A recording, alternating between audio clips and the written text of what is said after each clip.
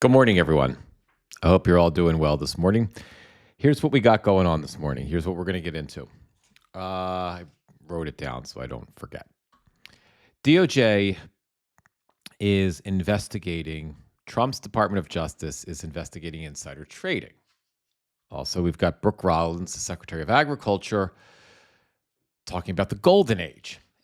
I'm going to start out. We're going to go over a few other things in a second, but I just want to let you know why I wanted to start with those two things, because they're comical. Because I think it's important sometimes, it's important all the time, to consistently point out the laughable absurdity of the Trump administration, to consistently point out the stupidity, consistently point out the corruption, the ignorance, the dumbfuckery. That's really my most important job. My most important job, I believe, is just to consistently remind everyone that we're dealing with a confederacy of idiots. And that's my primary responsibility right now as a political influencer.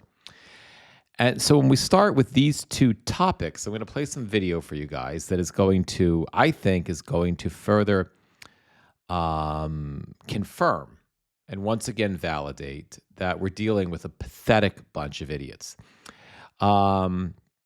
After that, we're going to go into the Iran stuff. There's a situation right now where, the world is waiting with bated breath.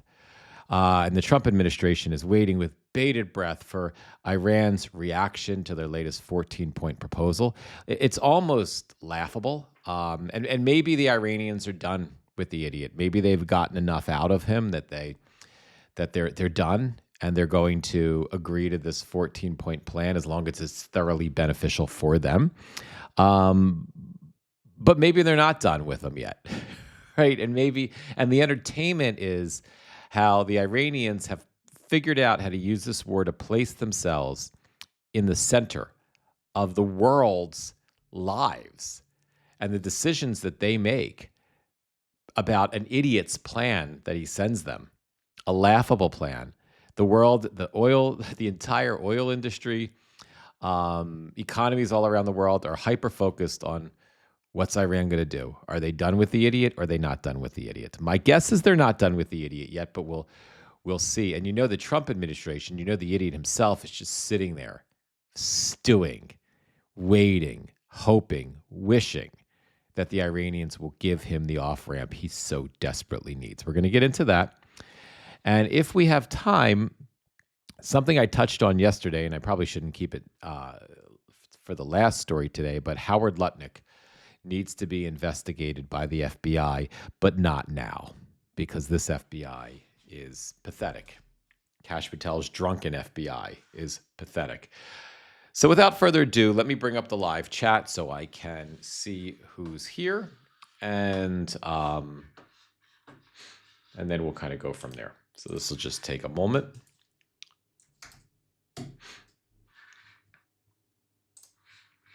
And then we'll kind of go from. Okay, got the live chat up.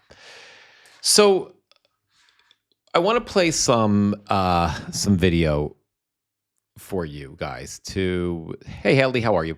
I want to play some video to start out this morning's live. And again, remember the two stories that I want to start out with this morning are the Department of Justice. So we're going to start out here with Good Morning America. I don't usually use them as a source, but I was reading some of Aaron Parnas's. This is Aaron Parnas's newsletter, which I highly recommend you subscribe to. Subscribe to him before you subscribe to me. He provides the news. I just provide color and analysis of it. And then after you subscribe to Aaron, whether you're on YouTube or here on Substack, subscribe to me too, here at Xenocracy. So Aaron had posted this, had done some good reporting today about this Department of Justice investigating insider trading. So let's start with that. And you might be able to already figure out why I'm using this as the first story when I want to talk about something that's ridiculous and laughable. But maybe not, but I have a feeling you might. But let's just watch it together. Let me just pop my earphones on so we don't have static.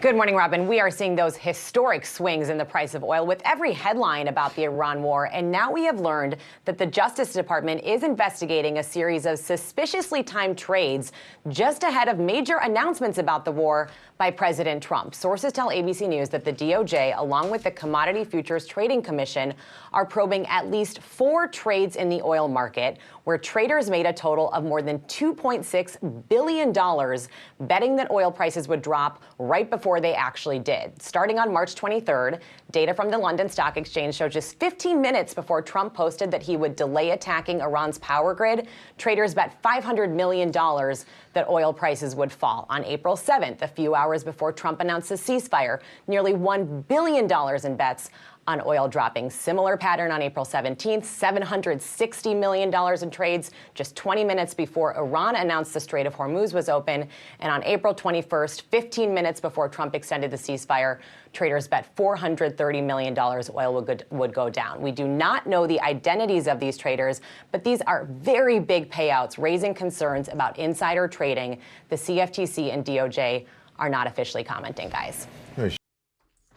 So now, hey, Catherine. Hey, Jordan. You probably can guess the reason why this is comical, right?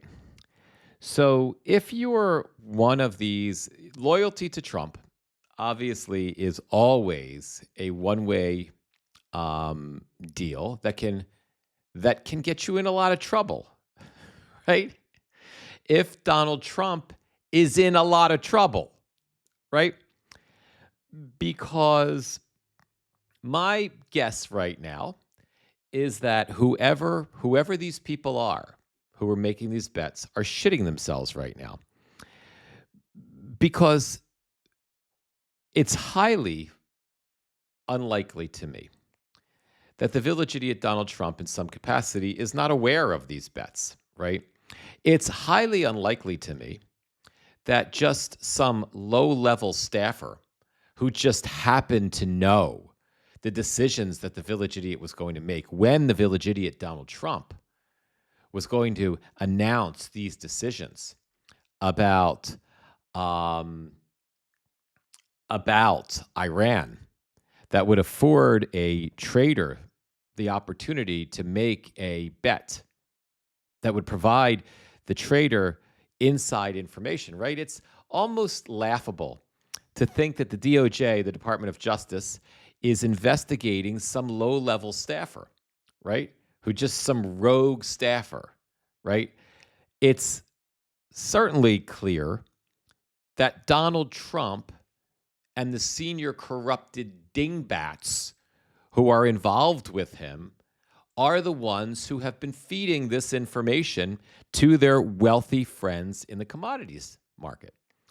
It's unthinkable to me that some low-level trader even has access to high-end, high-volume commodities traders who would have the resources, the knowledge, or the tech to rack up $2.6 billion in betting on drops in the prices of oil, right?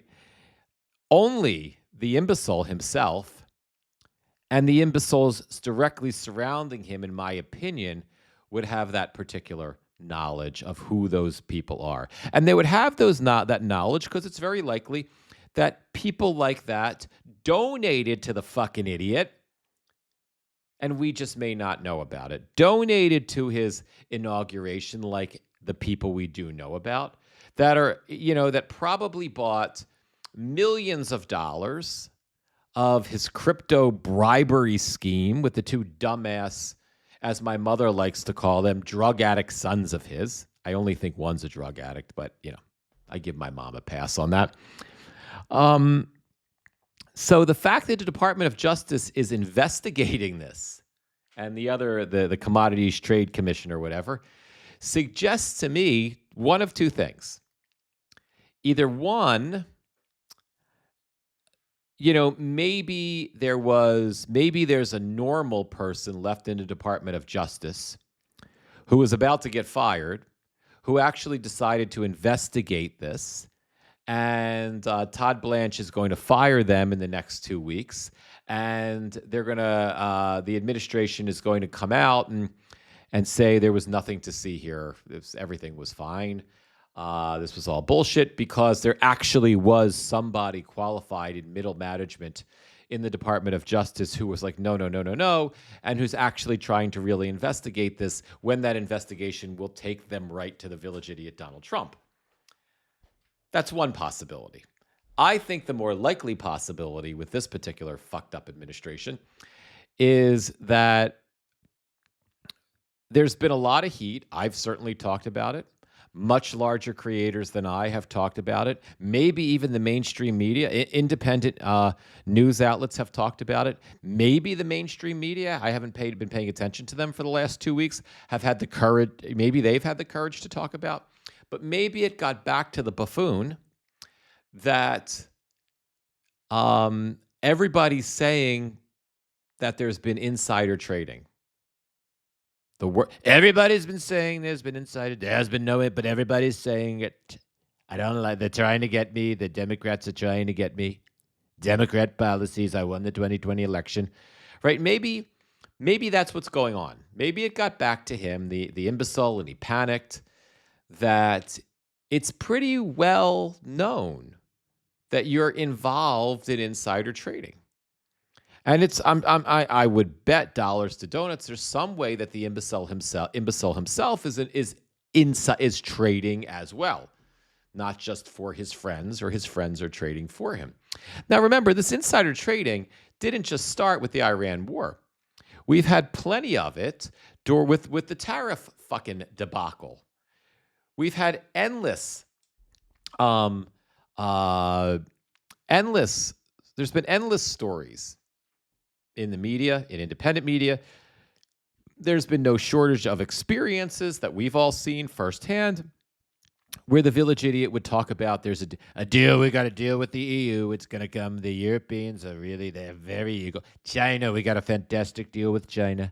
It's going to be in 2 weeks. Every time the stock market started to crash because of the idiot's incompetent trade policy and his stupid fucking inflationary tariffs, it felt like every time, I'm being hyperbolic here, it may not be every time, but it feels like that, the idiot would come out and make an announcement that things were getting better and a deal was imminent and stocks would shoot up.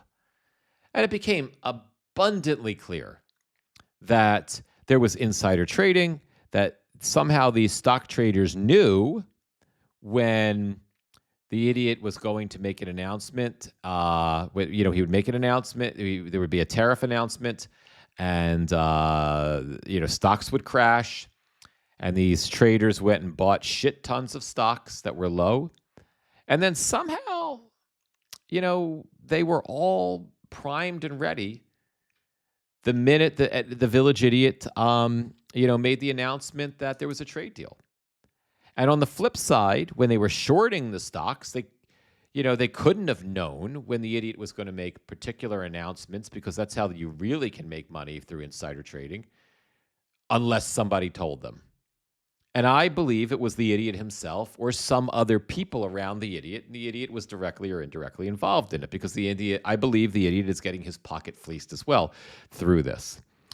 So what I think is comical about this story, laughable, is that if the idiot is going to sell out the people who have financially paid him, the people who have in essence bribed him to give them information about insider trading for the oil market, about when he was going to make different announcements about that could benefit them to be able to short these oil stocks or these commodities, the commodities market.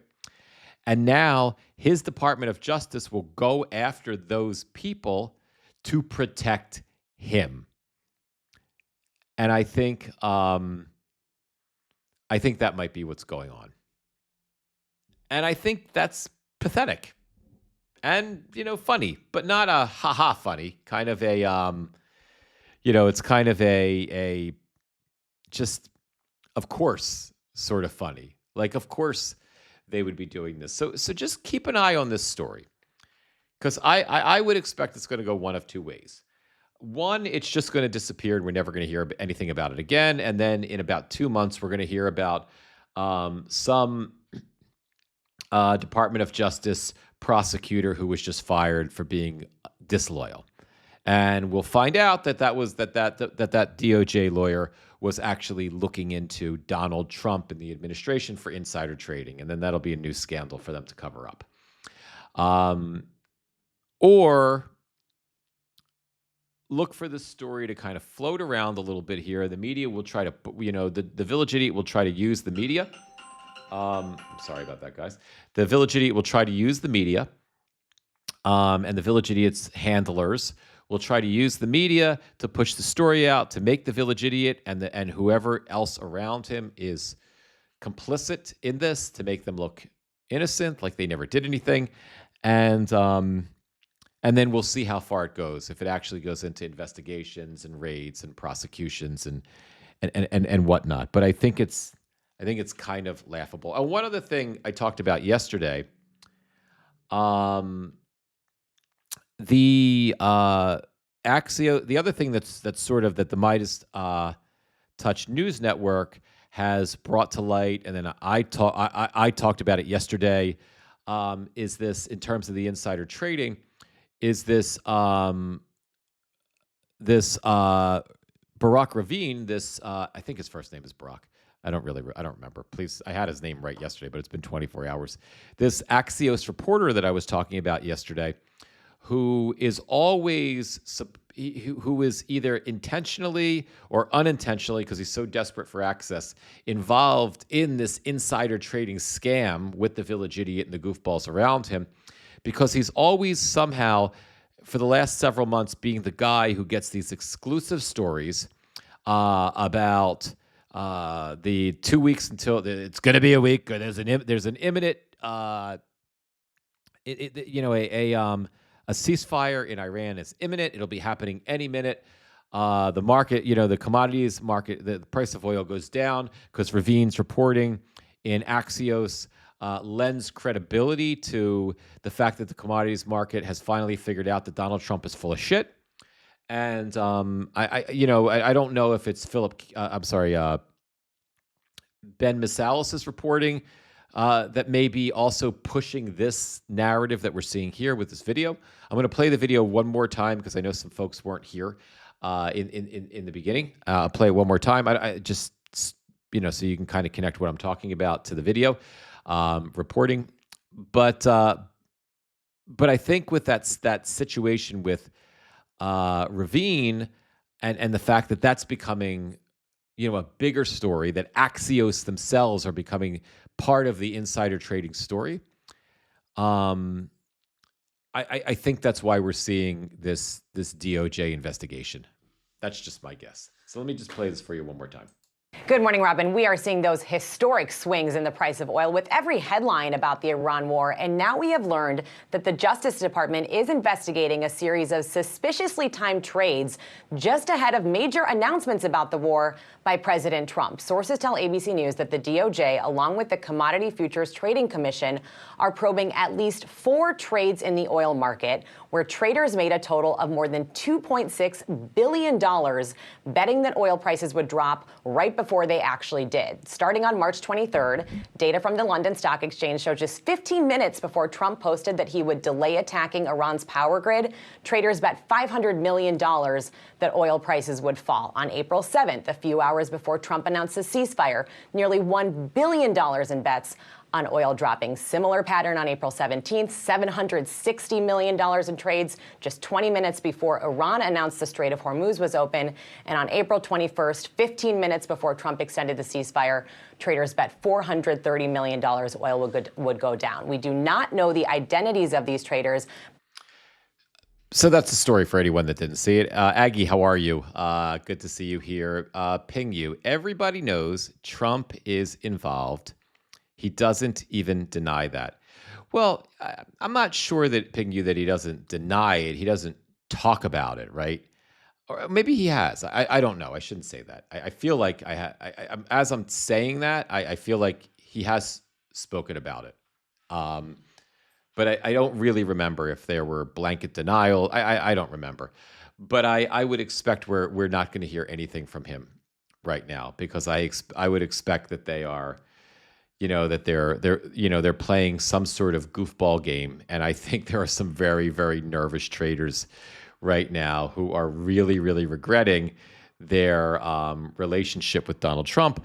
Although there's no reason that the DOJ, that the Village Idiots DOJ wouldn't investigate them, prosecute them, take them to trial. They're so incompetent, they'll probably lose the trial. Convict them, and then 2 years later, the idiot would pardon them. So that's also possible too. But it's all to cover his ass. Because the one thing that is consistent throughout Donald Trump's entire life is that there's always someone protecting him from his own stupidity. And even now, as his political fortunes are deteriorating with his cognitive abilities, even now, they're still protecting him from his stupidity, which is staggering. I wish someone would protect me from my stupidity. You know what I mean? Just once. There are, I think probably, as a political creator with, a big mouth and a bad attitude and outrageous opinions sometimes, I know once a week there's something I regret that I said. Right? And I wish I had like a team. Not really. I'm just saying this. I wish I had a team of handlers who could protect me from my own stupidity and protect me from the nonsense that comes out of my mouth. Pingu, a few weeks ago, he proudly told everyone that some of his friends, I really have to figure out a solution so I can, a glasses solution so I can actually see the teleprompter. This is just ridiculous. It's ridiculous. It's ridiculous. What did I buy this teleprompter for? $600 for this damn thing. What am I doing? I don't use it for I was going to use it to what you use a teleprompter for. I was going to make, specifically for YouTube, I was going to make, videos with teleprompted content, not just these improvised news updates. But I don't do that. And then I thought it's helpful for interviews because when I have an interviewee, I can look right at them and I don't have to look here at the screen at my computer screen while I'm talking with them. So I thought but then, I haven't done any interviews in a long time because my streaming software has been on the fritz, although this software is getting pretty stable. So I'm almost to the point where I'm ready to try some interviews again. So the last thing I can do is at least I can look at the live chat when we're live. But I can't because I can't freaking read it because my distance glasses, it's not far enough for my distance glasses and it's not close enough for my reading glasses. These are first world problems though, right? Let me try this again, Pingu. A few weeks ago, he very proudly told everyone that some of his friends had made millions on the stock market. And that was all because of him. Well, thank you, Pingu. Excellent point. I did not know that. So he basically, confessed to insider trading. It's fucking crazy, right? And now the Department of Justice is investigating other people for it, would be the assumption. So now, as I mentioned, I wanted to start out the live on a light note. That's what qualifies for a light note these days. But I just wanted to start it out with two video clips that that are ridiculous, right? So that was the first one. That was the first bit of ridiculousness that we we're starting out with today. This is Brooke Rollins, the Secretary of Agriculture. And she's always an entertaining joke to listen to when it comes to sycophantic Trump weirdos. So here is your second bit of ridiculousness to start out today's live stream. If I can get my mouse. to do what I needed to do. For our farmers and our ranchers, for farm security, for food security, making sure our farmers can prosper as they move into hopefully what will be a golden age under this president. These trade deals are very important. But the president also understands that the over-reliance on a country like China has massive implications from a national security perspective. So we are very grateful. The president has moved out. He's put the farmers at the top of his list as he's struck these new trade deals. And my cabinet colleagues from Lutnick to Greer to Besant have just been wonderful, getting our soybeans, getting our cotton, getting our sorghum out into the world. Okay. So the comedy there, right, is first of all that the farmers are the farmers are on the top of Donald Trump, the village idiots list of just constituents that he cares about, that he loves. He couldn't give a shit about the farmers other than he desperately needs them to love him and vote for him, right? And all of those farmers that went out of business and lost their generational farms that have been in their families for generations because of the fucking idiots trade war with China. That's the sick comedy of Brooke Rollins, because the farmers are now hopefully, at least she finally said hopefully and not certainly, because soon, 2 weeks, it's going to be 2 weeks. I mean, soon, though, they're going to move into Donald Trump's golden age. 2 years into Donald Trump's, almost 2 years, we're heading toward, well, we're not there yet, but a year and a half into the village idiots' reign of catastrophic terror. And the best farmers have gotten out of this was a vast majority of them went out of business. The ones that haven't gone out of business, had to figure out some way to grow new crops because the Chinese weren't buying their old crops. No one was buying their old crops. The soybean farmers had tons and tons and tons of soybean for months and months and months sitting in silos that they couldn't sell because the Chinese wouldn't buy them. And then when the village idiot finally announced, after months and months and many of them going out of business, that the Chinese would now buy a finite amount of it, not all of it, but some of it. Finally, after months and months and months, the Argentinians and the Brazilians had already stepped forward and were offering soybeans to the Chinese, which they were buying because they weren't buying them from our farmers, at a price that the U.S. farmers couldn't possibly compete with. So once the market was open, U.S. farmers couldn't really sell their shit to China, or if they did sell it, they sold it at an incredible loss, and they had to be subsidized. They had to receive corporate welfare. The welfare queens of the United States of America right now are all the racist farmers, that voted for the village idiot and probably were excited about the fact that Trump was lying to them about black people needing welfare and how that's taking money off of their kitchen tables, when the idiot comes in and turns them into welfare queens. He turned them into the desperate welfare recipients. And I'm not saying that's what the farmers wanted. They didn't want that. They're hardworking people. They deserve better. They were foolish enough, whether it was racist, the appeal of the racist ideology of the village idiot or whatever, to vote against their interests, because they lost all their employees, right? They lost their buyers, and many of them lost their farms. And now Brooke Rollins, comically tells Fox News Live, if the farmers are watching that the golden age is coming, guys. It's coming.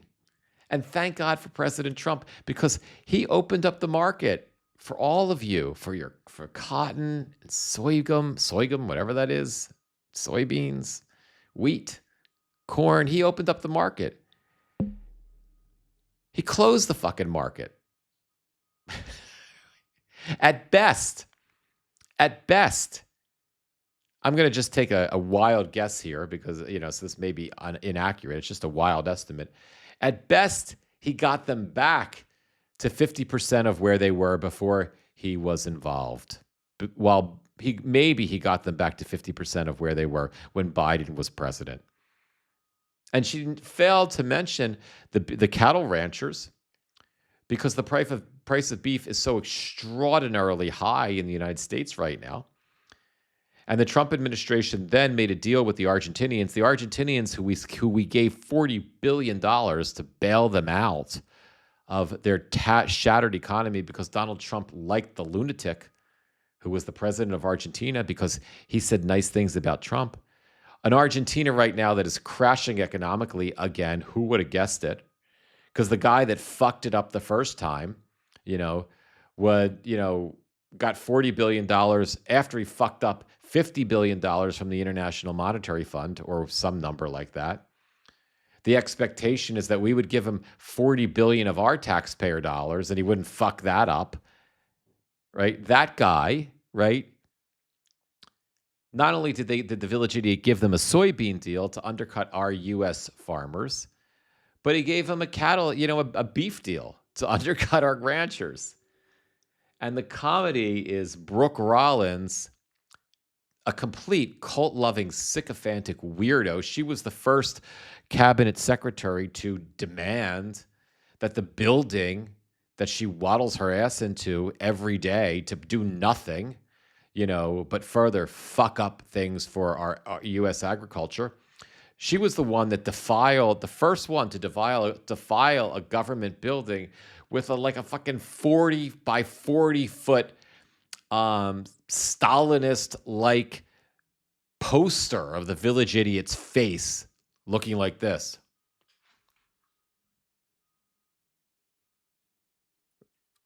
Right? And now she's telling us, thank God, it's going to be great.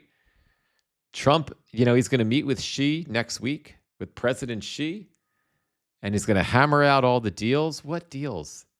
There was just reporting yesterday that the EU refuses. They're unable to make to complete the trade deal with the village idiot. I think the reporting was weak because I think it's that they don't want to, because they've realized they don't need to. They already have unilateral deals, bilateral deals, trilateral deals with all the people we fucked with the idiot tariffs. The EU has its own deals now with the Chinese. The EU and the Canadians. The Canadians are looking to be the primary economy in North America. And as long as we have Donald Trump, maybe that idiot, maybe in the 2.5 years that we have left of that moron, he might actually be able to achieve that for the Canadians, where the Canadians are North American trade, the leaders in North American trade. And we don't matter. We're isolated. And that's exactly why the EU is doing what it's doing right now. It's not agreeing to a trade deal because it's learning how it doesn't fucking need us anymore. What's he going to do? Threaten them? Threaten to put tariffs on fucking cars? Who gives a shit? Americans can't afford to buy cars anyway because there's still 50% tariffs on oil, on steel and aluminum. There's still, billions of dollars worth of tariffs that have to be refunded. The government is ordered to refund them to companies all around the country that it's not doing. The EU doesn't need us anymore.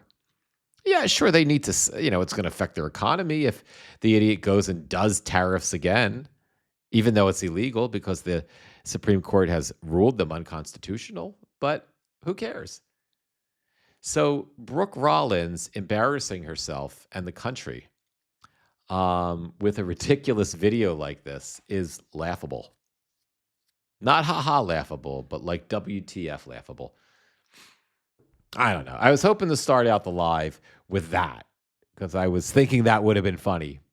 But as I'm doing this and sharing this information with you guys, it's not really funny at all. It's pathetic. It's ridiculous. It's infuriating. It's absurd. It's obscene. It's sad. And it's just plain silly. So I guess my effort to start out today's morning live with two stories that, I don't know, thought would be funny. They're not really funny. I tried. I tried. I failed, but I tried. Okay, let's go to the Iran war next. Yesterday, this was actually this morning. But the reporting actually came out yesterday. Mohammed I can never remember it. Let me try to say his name right. Mohammed Ghalibaf. He's the chief negotiator for Iran. Basically, made fun of Donald Trump, mocked Trump's efforts in the war in general, mocked the peace proposal that the village idiot is waiting on bated breath for the U.S. for the Iranians to agree to, the supposed 14-point peace proposal. And I want to read a little bit of the reporting because I think it's important. If you're not following that closely or you're not following Midas Touch's reporting on it or independent news reporting, you really may not know how much the Iranians are absolutely trolling the village idiot Donald Trump. So I want to read some of this reporting to you in a second.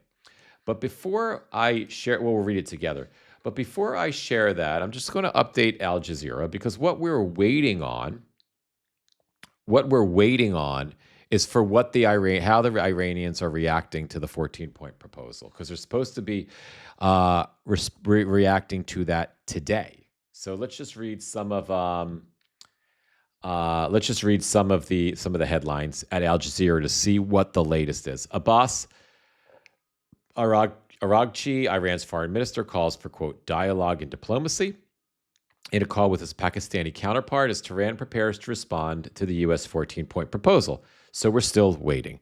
The village idiot says, he had very good talks. We've had very good talks. They've been fantastic with Iran. It's very possible we'll make a deal. Now, that means nothing. It almost always means the opposite because he always lies and he's a moron. So I think what we can take from this is Abbas Araghchi's statement. He's not speaking directly to the U.S. He's speaking to the Pakistanis. There's no negotiations going on. Nobody is in Islamabad. There's no direct communication between the U.S. Nobody's sitting down at a table. The Iranians are communicating with the Pakistanis. The Chinese and the French are communicating with the Iranians. The Iranians refuse to communicate with Donald or Donald's idiots, J.D. Vance, Jared Kushner, Steve Witkoff. So they're refusing to do that. So the communication is indirect. The idiot is telling us there were very good talks and it's very possible we'll make a deal. That means there are no talks going on and it means we're nowhere near a deal, right?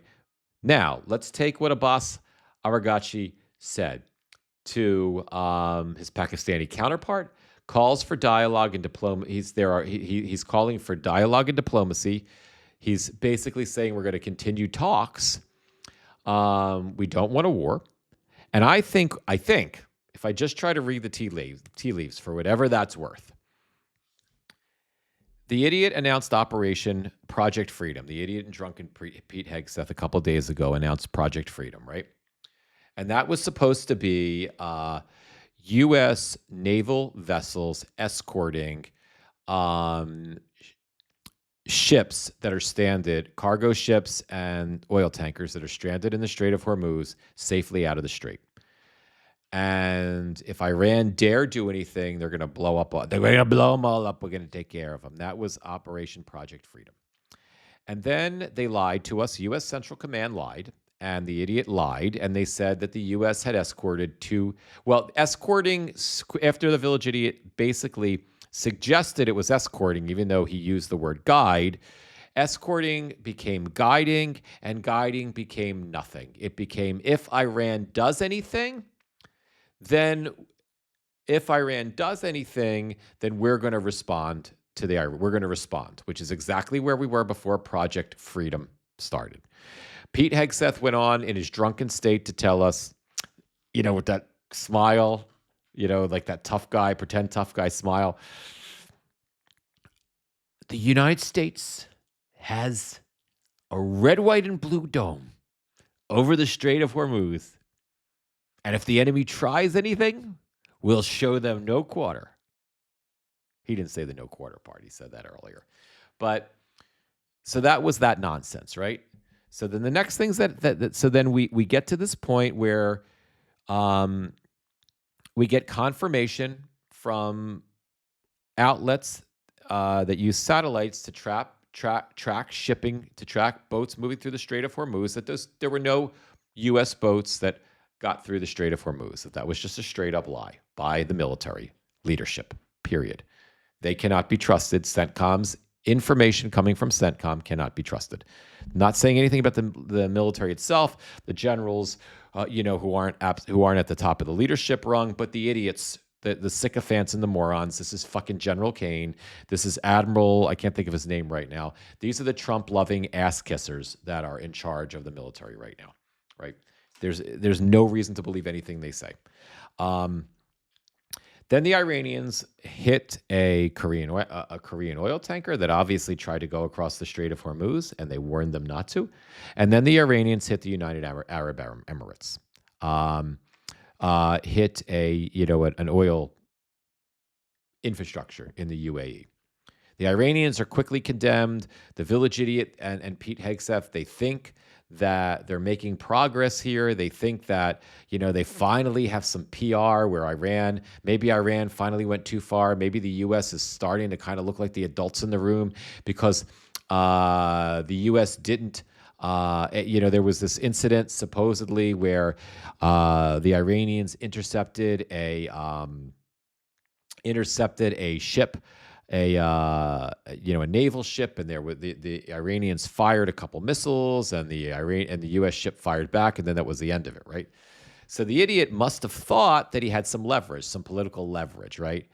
And of course, being the dumb fuck that he is and having no patience whatsoever, he talked about the 14-point peace plan, the 14-point deal, and he said the Iranians better accept it or he's going to blow them up and it's going to be worse than it was before. So then we get reporting the following day that, the Village Idiot then announces less than 24 hours later that that he's he's halting Project Freedom. It was so successful. It was so amazing. It did fucking nothing except stir up some tensions for a few hours, but he was so good at it. It was such a rousing success that he's going to cancel it. He's stopping it. And there might be there's a deal. The talks are going great, and there's a potential deal. Well, we all knew that was a lie. Then we get reporting 8 hours later that that our friends are getting fucking fed up with it. And they may not be our friends in the region for that much longer. That there are cracks in the relationship. That the bribes, the Qatari bribe, the $400 million bribe for the jet that they gave the idiot, and for the UAE, the billions of dollars they spent buying the fucking idiot's son's cryptocurrency from World Liberty Financial, and the business deals that Dumb and Dumber, Eric and Junior negotiated, the direct indirect bribes to Donald Trump from the Saudis. That's not really paying off all that well for them. And we find out that after Operation Freedom or Project Freedom was announced, not that short, at some point thereafter, the Saudis said, no. Donald, you dumbass. I don't think they called him a dumbass. You dumbass. I think they were thinking it. Donald, you dumbass. You fucking do this. You need to dial this shit back, you whiny little biatch. And if you don't do it, you're not going to have that. You need to get your shit out of our country, right? In essence, is what they said. You're not going to have access to our bases, our military bases anymore. You need to GTFO. You need to either back off of this nonsense because you're going to start up a fucking war again. And the last thing we need are the fucking Iranians sending intercontinental ballistic missiles over here, right? And drones. And the UAE, we don't need that shit, dumbass. So pull back. And then, so the idiot pulled back. But today we get reporting that it wasn't just the Saudis. It was the Qataris. It was the UAE. I think, fact check me on this, but I think I had read it was Bahrain. I think. I don't know if that's part is correct. I know the other countries are part of it. Right? And meanwhile, the Israelis are just having a grand old time while all of this is happening, just blowing up and killing people in Gaza because they like that, right? And blowing up parts of Lebanon, and Hezbollah is, they are fighting Hezbollah, legitimately fight. Oh, Kuwait also. Thank you, Gamer. Kuwait also, pushed back and said, you're not going to be able to use our bases. So, there are cracks clearly in the relationship. And the Saudis now, when they just had the relationship with Donald Trump that was diplomatic. In the original Trump administration, they had the idiot, with the glowing ball. Remember that? When he was holding on to the ball, and MBS, the Crown Prince of Saudi Arabia, was like, they were kind of placating the moron because they needed the moron on their side because of, the fact that they murdered Jamal Khashoggi, and that was not very popular here in the United States. So they satisfied the idiot, told him how wonderful it is. They let him hold the sword. I don't know that I would let that idiot hold the sword, because it would be a miracle if he didn't stab himself or someone else by accident. But they let him hold a sword, and he did his fucking, he was doing his dance, and he had his hands on the ball, on the glowing orb, the orb of Trump. Right. And then it was okay. Right. It was okay. And even in the beginning, when, they realized in the beginning of this next administration, when all they really needed to do was just bribe them, just give the idiot sons business deals, and, give them, let them have all that. And that, that's chump change for them, for the royal family. Nothing could be easier than bribing the idiot president of the United States and his idiot sons. I mean, it was a cakewalk for them. But I don't think what they counted on was when it came time to actually have to deal with real things that weren't theatrical diplomacy, with the moron and the people surrounding the moron, right? That could be really not in their best interest, right? So, and now they're learning, like, everything Trump touches turns to shit, right? We all know that. I don't think the Saudis knew that. I don't think the Qataris knew that. I don't think the Kuwaitis knew that. I think the Syrians are figuring that out now, right? They're in a different position. I think the Iraqis probably knew that. The Israelis still haven't learned that. But I don't think that that our allies in the Middle East knew that, and now they're learning it, and it's very unpleasant for them. And I think they are desperately hoping that the professionals, the sane people, I think they're probably very happy that Emmanuel Macron is actively sticking his nose in this situation now, is actively negotiating with the Iranians, has sent an aircraft carrier into the region, not to go to war with the Iranians, but, as just to have a presence in there, a defensive presence, as he called it. I am sure that I am confident that there's a chance that this crazy shit ends soon, because the Chinese and Macron are actively entering the French and the Chinese are actively entering the negotiating theater, and they will work this out. That's my belief. If the dumbasses in the Trump administration, are able to see that they're about to be humiliated by the French and the Chinese right now, maybe they'll be able, maybe this 14-point plan or some other shit they come up with, maybe they'll be able to get a deal really fast by giving Iran everything and anything it wants, and just lying that Iran got nothing, in order to avoid being humiliated by the Chinese and the French when they negotiate an end to this stupidity without the United States being involved at all.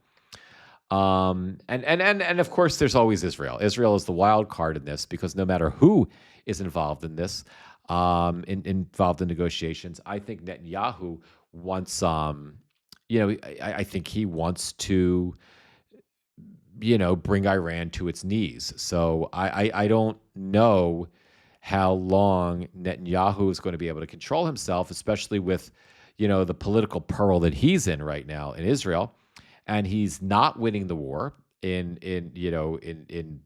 Lebanon. Hezbollah somehow is, you would think, with all of this firepower, with all of these attacks, with all of these murders of civilians, right? All of these bombs dropped, with Lebanon basically being, turned into rubble. You would think that this would be done, that Israel would have finished off Hezbollah, but they have not. So, Netanyahu, I think, is in an increasingly desperate situation, and I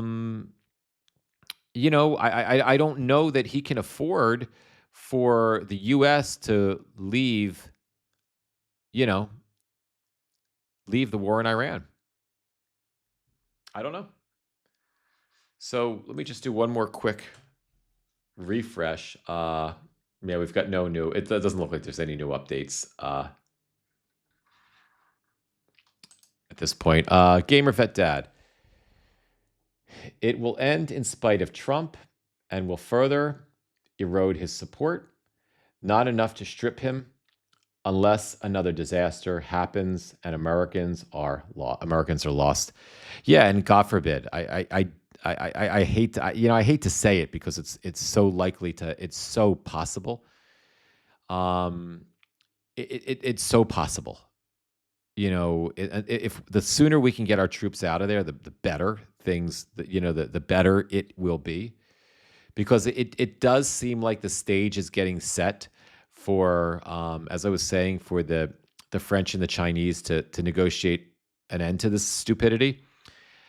And but with Netanyahu, and I think the desperate position he finds himself in, needing to start shit up again, and having our troops in harm's way, and having, this incompetent leadership at the top of the military, and this utter stupidity coming from the White House, and the fact that Donald doesn't know what the fuck he's doing from one moment to the next, that, we could wind up with some, and the fact that the Iranians, unless they're done, and I don't think they are, if they're not done trolling the idiot, and Stephen Miller gets a bug up his ass and tells Donald Trump what the Iranians are actually doing, shows him the Lego videos, right, and doesn't doesn't just or whoever decides to manipulate, because remember I've often said that everybody around Trump is managing. He's the useful idiot for everyone around him, whether that's a low-level, assistant staffer, or whether that is the Chinese or the Iranians or the Russians or the Israelis. He is the manipulatable idiot that everybody is managing, and everybody wants to get their crack at getting what they want by controlling the behavior of the idiot. And because although he's unpredictable, because in the sense of because he has no impulse control anymore, he could lash out and do anything. You can still predict, you can still set, if you can speak with him, you can still manage him, and you can use his stupidity, his cognitive decline, and his malignant narcissism against him, and use that to completely control how he reacts and what he does. So and there are so many players now, none of whom are us. There are us collectively as a pro-democracy community that he hates, and I think we have a certain amount of control over him.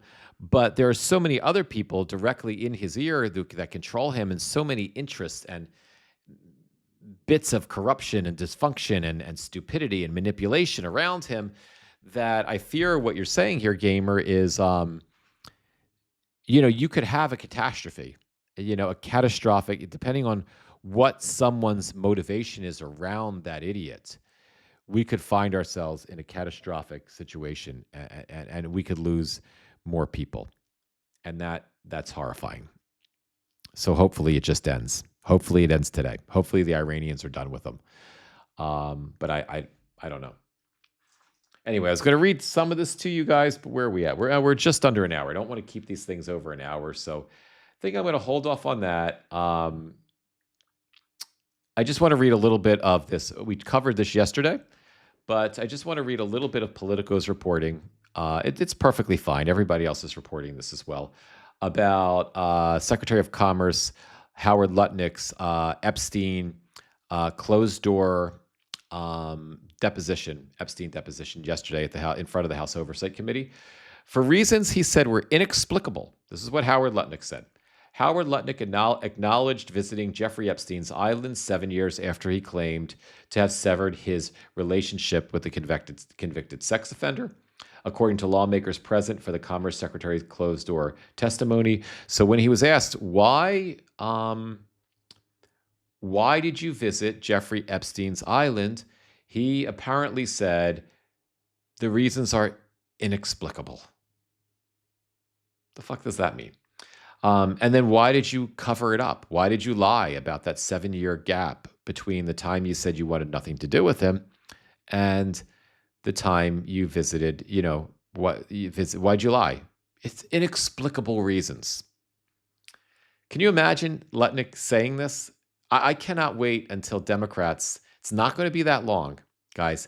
The idiot, and it'll even be better that the idiot is still president at the time, when Democrats take control of the House and the Senate, and they bring this motherfucker in for questioning, they subpoena him for not closed-door bullshit depositions, but for a public hearing. I don't think he'll come. I think he'll defy the subpoena and he'll just go to jail. That would be my guess. The acknowledgement, however, but because he knows, he won't go to jail right away because the Department of Justice won't enforce this, the contempt of Congress. But I'm sure that's what he'll do, and he'll claim executive privilege. The acknowledgement, however, did not satisfy Democrats on the House Oversight and Government Reform Committee participating in Wednesday's interview with Lutnick as part of the panel's ongoing investigation into Epstein's crimes and the powerful people in his orbit. Quote, he was evasive, nervous, he was dishonest, said Representative Suhas Subramaniam. He told reporters during a break during the housing hours-long proceedings, quote, he would not admit to lying, which he clearly did. In an interview, Representative Yasmin Ansari further suggested that if her party retook the House majority, Democrats could call Lutnick back in for additional questioning in a public hearing, or at the very least testify under oath on video. Quote, they deserve to see the sweat on the secretary's brow as he struggles to answer basic questions about his lies to the American people, said Representative James Walkinshaw. And in 2028, when there is a legitimate federal investigation by the legitimate Department of Justice, and we have a legitimate FBI again, I would expect Lutnick to be interviewed for a criminal case. I'm not suggesting there's any evidence at this point that Lutnick raped young girls. But he certainly is a person who could have knowledge of those who did. And the fact that he's covering up right now seems indicative to me. I think any good prosecutor and any good federal investigator would look at that as suspicious.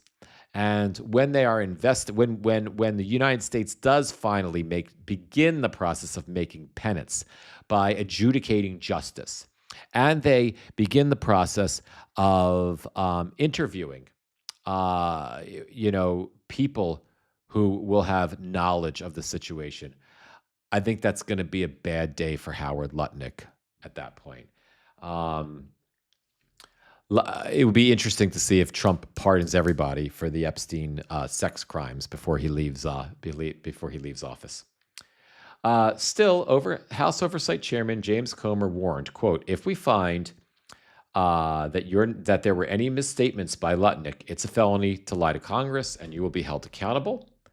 Comer also defended his decision not to require Lutnick's interview be videotaped, saying the panel would release a transcript to the public and it will be up to the American people to, quote, judge whether Lutnick's credibility was damaged or not, end quote. That's a lame-o excuse. But,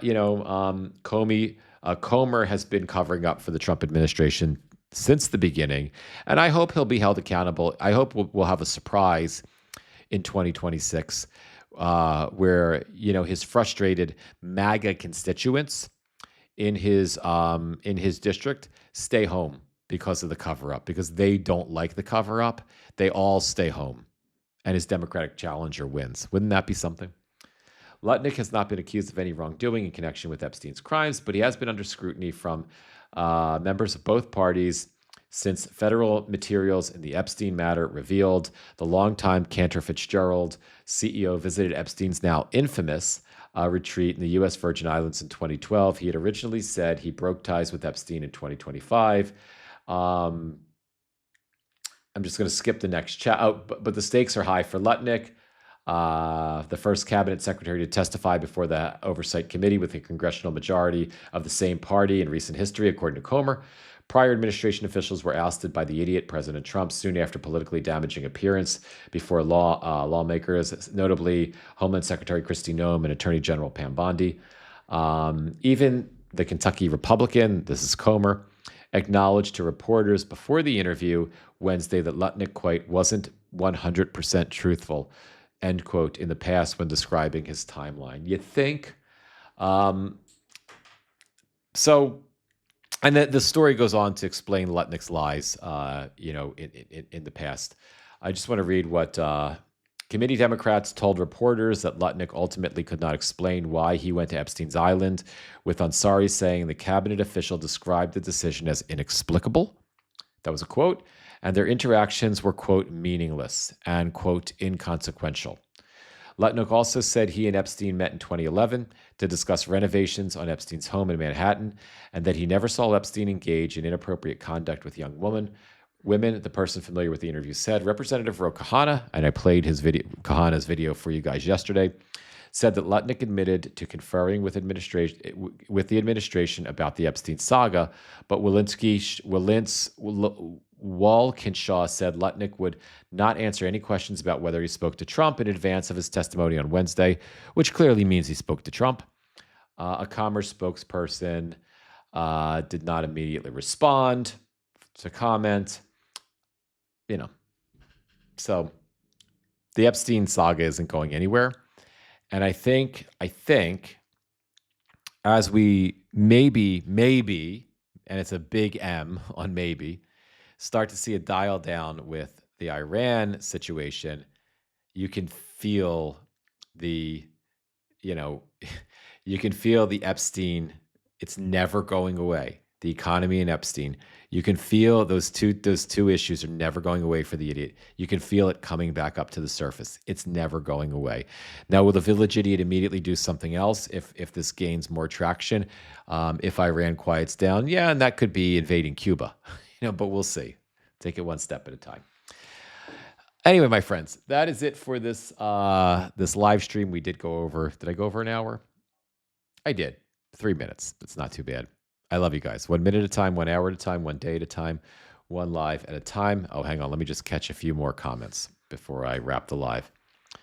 Patty Ann, the way he talks to people, if only they would talk back to him the same way. Patty Ann, I'm trying to parse my words because I don't want to attack the press like the idiot attacks the press. So what I wanted to say, I stopped myself from saying, and I'm going to say it differently. If members of the mainstream media who have access to the idiot had the courage from any time from 2016 until today to do their jobs, to speak to and some of them do, but most of them don't, to clap back at the idiot the way he attacks them, as opposed to trying to pretend to be, professionals. if they had the courage to ask him, even if they maintained a very professional demeanor and never insulted him back, but still hammered him with over and over again being intolerant of his questions and his questioning of their questions, his insults, and to dial down and drill in and risk losing access to him, um, I think we would, we would see things a little differently. Like your comment is so true and jarring to me. The way he talks to people, if we would talk back to him the same way, right? I really think a lot of it falls on look. Most of it falls on cowards and Republican cowards in Congress, right? Who won't get in his face. Much of it falls on Democrats in Democratic legislators who have taken till now. And still, even now, I mean, maybe they can't gain access to him, but very rarely do you get a lawmaker, do you get Hakeem Jeffries having an opportunity to sit down and tell Donald Trump to go fuck himself, right? Chuck Schumer, when he does get a meeting with Donald Trump, once in a blue moon, he's communicative, although I think Schumer has gone at him a couple times. And I think if Hakeem Jeffries had an opportunity now, I think he would hammer him. But it's too late, you know what I mean? But the press still has access. And lose your access, but stand up to him publicly over and over again. Hit him with, if he doesn't answer your question, ask it over and over and over and over again until they try to throw you out of the Oval Office. And then let them carry you the fuck out of the Oval Office, right? While you're still asking the question reasonably, directly, if you want to be polite about it, but make an ass out of him, humiliate him. Don't give him an off-ramp. If the Iranians don't need to give him an off-ramp, and the Chinese don't need to give him an off-ramp, the American press doesn't need to give him an off-ramp. And if we would stop giving him off-ramps, I think, Patty Ann, your question would, your feeling and my feeling about how he's treated would change, because we would see him being challenged, and when he's challenged, he folds like a cheap suit.